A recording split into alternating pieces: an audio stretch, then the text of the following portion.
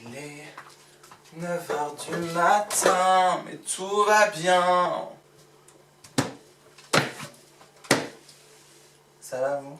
Aujourd'hui, comme je vous l'avais promis, nous nous retrouvons dans la vidéo Je lis vos histoires paranormales. Comme je vous ai dit dans la vidéo précédente, j'ai déjà tourné cette vidéo, donc forcément je connais les histoires. Oufissime, par contre, il est 9 heures du matin, enfin même 9 h moins 10. Je tourne, le soleil se lève, j'ai un très bon éclairage, j'ai réussi à régler ma caméra, je pense, pour que la lumière ne soit pas trop dégueu. Cette journée est pleine de productivité, je le sens. Pour vous dire, j'ai téléchargé une application sur mon téléphone hier soir pour faire toute une petite liste de tout ce que j'ai à faire aujourd'hui, genre vraiment. D'ailleurs, je vais checker ça parce que je l'ai fait.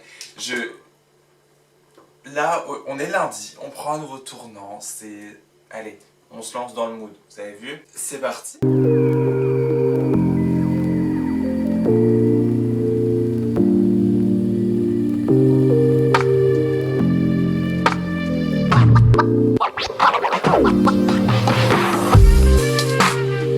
Il y a pas mal de temps de ça, je vous avais demandé dans ma story sur Insta, suivez-moi sur Insta, de m'envoyer des histoires paranormales qui avaient pu vous arriver. Les histoires sont très flippantes, c'est pour ça que je ne souhaitais pas retourner cette vidéo la nuit. Et je pense que ce n'est pas plus mal que je retourne cette vidéo, parce que la première fois, c'était le soir, il faisait nuit, j'avais très peur, j'étais très mal à l'aise, cette vidéo était très gênante. Donc on va tourner ça dans un meilleur mood. C'est parti. Donc première histoire, c'est mon petit Loulou qui m'a raconté cette histoire. C'est parti. Alors oui, j'ai déjà vécu des expériences paranormales. Ça a commencé lorsque j'ai emménagé dans une maison dans la campagne la plus paumée de France. Cette maison appartient à mon beau-père, maison famille. Quelques semaines après notre emménagement, ma mère et moi entendions des coups dans les murs du bureau situé au rez-de-chaussée. Les premières fois, nous n'y prêtions pas vraiment attention, mais les coups ont continué tous les jours pendant plusieurs jours d'affilée. Nous en avions parlé à mon beau-père. Il nous a clairement dit que lui aussi les entendait et que c'était son grand-père, entre parenthèses, décédé. Il faisait ça pour éloigner les inconnus. Au début, nous pensions clairement qu'il se foutait de notre gueule. Mais au final, je ne pense pas qu'il nous mentait, voyant que ma mère et moi étions inquiétés par ces bruits quotidiens. Il a demandé à sa mère de se rendre dans le bureau, entre guillemets, hanté, et elle y est restée 30 minutes, seule. Une fois sortie, elle nous a dit que le problème était réglé, qu'elle avait parlé à son père, assez creepy, et qu'il ne devait plus taper dans les murs, et depuis ce jour, plus aucun bruit n'a été entendu dans cette pièce. C'est ouf. C'est ouf de se dire que à partir du moment où du coup ta grand-mère a été dans ce bureau et lui a demandé apparemment d'arrêter de taper, d'arrêter de faire ça, il a arrêté de le faire. Je pense que c'est vraiment l'élément le plus étrange et le plus flippant de cette histoire. Histoire très intéressante. Histoire suivante. Alors, cette histoire vient d'une de mes meilleures amies, Léa. Tu passes dans ma vidéo. Je fais souvent des crises d'insomnie et un jour j'étais pas bien. Je sentais qu'un truc n'allait pas et il y a un gros coup de vent dans ma chambre. Et d'un coup, sur le mur d'en face, il y a une croix qui se dessine petit à petit sur mon mur et elle grandissait. Je me suis dit que c'était dans ma tête avec la fatigue. J'ai réussi à m'endormir mais le lendemain matin, la croix était toujours sur mon mur. Depuis, j'ai mis un meuble pour cacher ça. Je lui ai donc demandé si elle habitait toujours dans cette maison et s'il y avait possibilité qu'elle nous envoie une photo que j'aurais pu, comme ça, illustrer l'histoire. Or, la maison a été vendue depuis, donc nous n'avons pas cette fameuse photo, malheureusement, mais ça aurait été très intéressant. Et c'est dingue, pareil, cette prise de conscience où genre, tu te dis mais non, vas-y, genre, j'étais crevé, genre, parano, et tu travailles le matin et tu fais, ah, non, c'est réel, il y a vraiment cette croix. Très flippant. Next. Donc cette histoire vient de ma deuxième meilleure amie, Jasmine. Jasmine, tu passes dans ma vidéo.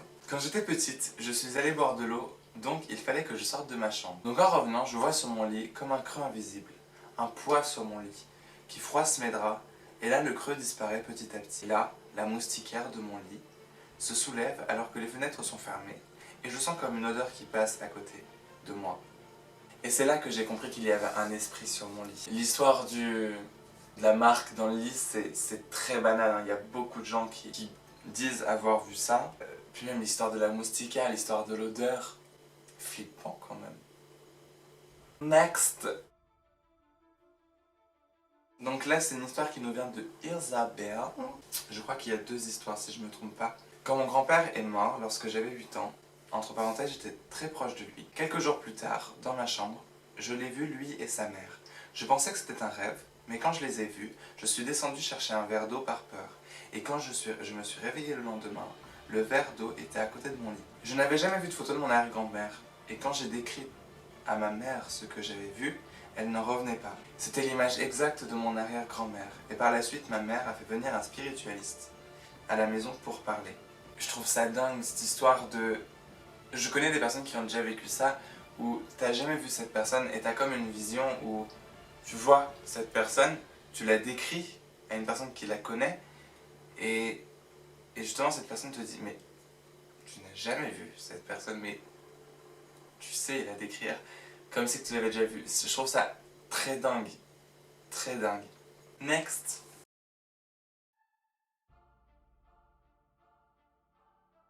Histoire suivante justement de Isabelle. Une autre histoire de fantôme. On habite dans une ancienne maison à un village appelé Gis, ou Gis, je sais pas du tout comment ça se prononce. Et la maman de la famille qui habitait là avant nous a disparu.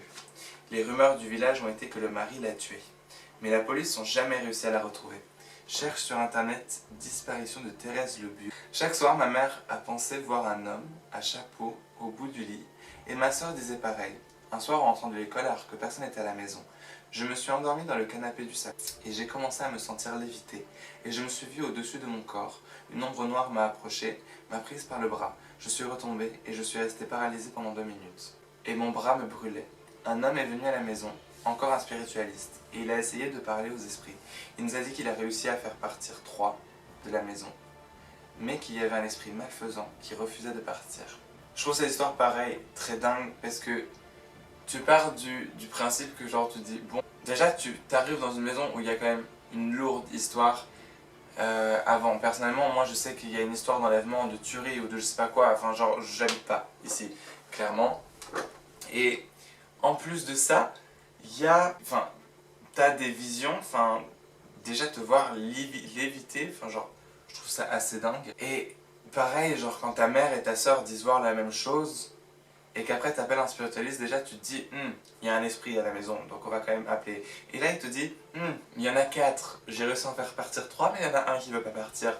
Bon courage, have a good one. Ouais, très flippant, très très très flippant. La prochaine histoire.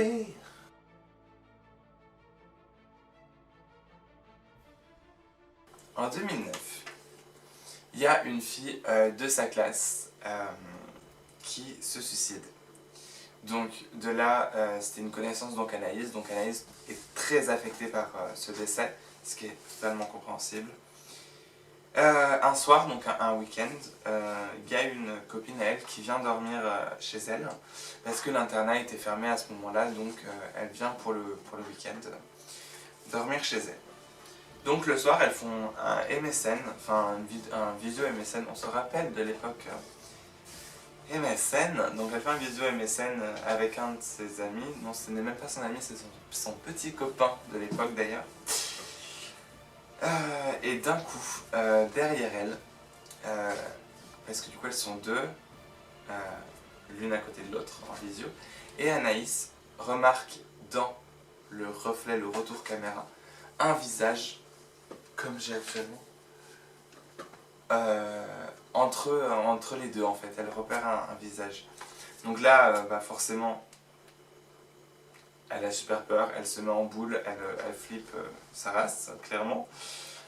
Donc sa copine qui ne comprend absolument pas ce qui se passe, et le copain d'Anaïs lui dit mais t'as pas vu, juste derrière vous, entre vous, il y avait le visage d'une petite fille blonde. Sachant que Anaïs ne lui avait rien dit. Anaïs n'avait pas parlé de ce qu'elle venait de voir. Elle était juste flippée, clairement. Donc, après ça, les deux amis ont commencé à avoir extrêmement froid. Elles ressentaient comme des frissons. Et apparemment, donc elle me dit que du côté de la maison, donc du coup de chez son copain, il se passait également des trucs. Après, elle me dit, elle ne sait pas, elle n'est pas sûre à 100%, elle n'était pas avec lui, mais elle ne sait pas si c'était une blague. s'il faisait ça, il se servait de la situation pour faire un petit peu flipper, ou si ça s'est réellement arrivé. Elle ne sait pas. Donc, elle ne nous certifie rien. La nuit passe. Le lendemain, elle raconte à un ami ce qui s'est passé. Et il dit que du coup, c'est la fameuse jeune fille qui s'est suicidée qui veut rentrer en contact. Donc, dans la soirée, ce même ami lui envoie coucou. Et donc Anaïs lui dit bah re-salut, enfin du coup on s'est parlé tout à l'heure donc re-coucou quoi. Et il lui dit pourquoi tu me dis ça, on s'est pas parlé, enfin on s'est pas parlé. Donc elle lui dit si, enfin on a parlé en début de journée de Justine, donc Justine qui est la fameuse fille qui est décédée, on a parlé de Justine en début de journée. Donc lui dit bah non, pas du tout. Donc elle supposerait en fait que c'est Justine qui a pris un peu le contrôle du téléphone de ce fameux ami et qui du coup a envoyé des messages à la place de l'ami pour du coup faire comprendre à Anaïs que oui, elle voulait rentrer en contact. C'est la déduction et c'est la déduction que moi personnellement j'aurais faite aussi. Bien évidemment elles ont passé la nuit avec de la musique, avec la lumière, forcément elles flippaient. Leur reste, ce qui est clairement normal. Le lendemain, elle ne voulait absolument pas rester dans la maison, sachant que en plus de ça, la chambre est dans les combles. Les parents, il faut savoir qu'ils n'étaient pas là le week-end, elles étaient seules tout le week-end. Donc forcément, après que c'était passé, elle voulait aller prendre l'air, passer une journée à l'extérieur et ne pas rester dans la maison. Mon téléphone vient de vibrer ma rage, je viens de ressentir un putain de frisson tellement j'ai eu peur. Oh my fucking god, la peur de ma vie. Ok, donc en fin de journée, elle retourne à la maison. Le lit était fait avant de partir, parce qu'il faut savoir qu'Anaïs avait une habitude, hein, elle avait pour habitude de, bien évidemment, faire son lit avant de, enfin, en début de journée. Donc quand elle est partie, le lit était fait, et quand elle revient, il y a une marque dans le lit. Il y a une marque dans le lit, comme si que quelqu'un s'y était installé. Donc après ça, elle a dormi, donc forcément traumatisée. Elle a dormi sur le canapé pendant un mois dans le salon parce qu'elle ne voulait absolument pas retourner dans sa chambre. Voilà, histoire assez dingue, assez dingue. Je viens de me foutre un coup de flip, les gars, j'ai trop chaud. Oh my god, trop chaud. Clairement trop chaud. Et écoutez, histoire, ouais, très flippante. Hein. J'aurais fait la même chose, clairement, j'aurais été traumatisée. Je pense que j'aurais dormi dans le salon pendant plus d'un mois. J'espère que cette vidéo vous aura plu. C'est malheureusement la fin de toutes ces histoires. Je vous fais plein d'énormes bisous. Si vous avez 10 histoires paranormales à me raconter, je vous suggère tout simplement de me rejoindre sur mon Instagram que je vous remets juste ici et du coup d'aller m'envoyer en MP des histoires qui a pu vous arriver paranormal pour qui sait peut-être un volume 2 de Je lis vos histoires paranormales. D'ici là, je vous fais plein de gros bisous, prenez soin de vous, love yourself, have a good one. J'espère que je vous ai fait bien flipper. Bisous. Je vous ai pas dit, mais abonnez-vous, likez la vidéo, activez la cloche de notification et partagez et abonnez-vous sur mes réseaux sociaux aussi. Bisous.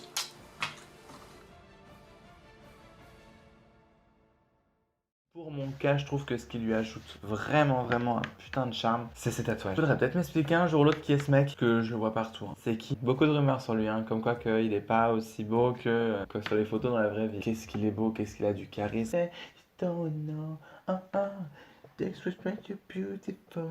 Mais il était pas oublié lui, putain. Depuis le temps qu'on parle de lui là. Pas mon truc spécialement. Bah il y a pas mal de fashion faux pas avec le temps. Hein. Et j'aime également énormément le travail qu'il fait sur Instagram parce qu'il est photographe à côté, me semble-t-il. Après je trouve qu'il se la pète, mais à 3000%. Enfin je dirais pas canon, mais enfin pas mal d'échos en disant que c'était quand même un très gros connard quand même avec les... Quand il sourit, il a une tête de pervers là. Après je vous avoue que je le préfère avec sa coupe comme il a sur la photo là. En vrai je fais la meuf, mais vas-y, il me proposerait, je dirais pas non quoi, tu vois. Il y a des beaux yeux. Je sais pas, j'aime pas son nez, j'aime pas la forme de sa bouche. Enfin t'es là, t'as envie, enfin kidnappe-moi quoi. J'ai un gros crush hein, sur les e-boys, mais là pour moi c'est trop de trop. Je pense qu'il devrait essayer de se laisser pousser la barbe, s'il en a trop de poils. Mais j'ai l'impression qu'il vieillit pas. Le fameux, très canon comme un sabre.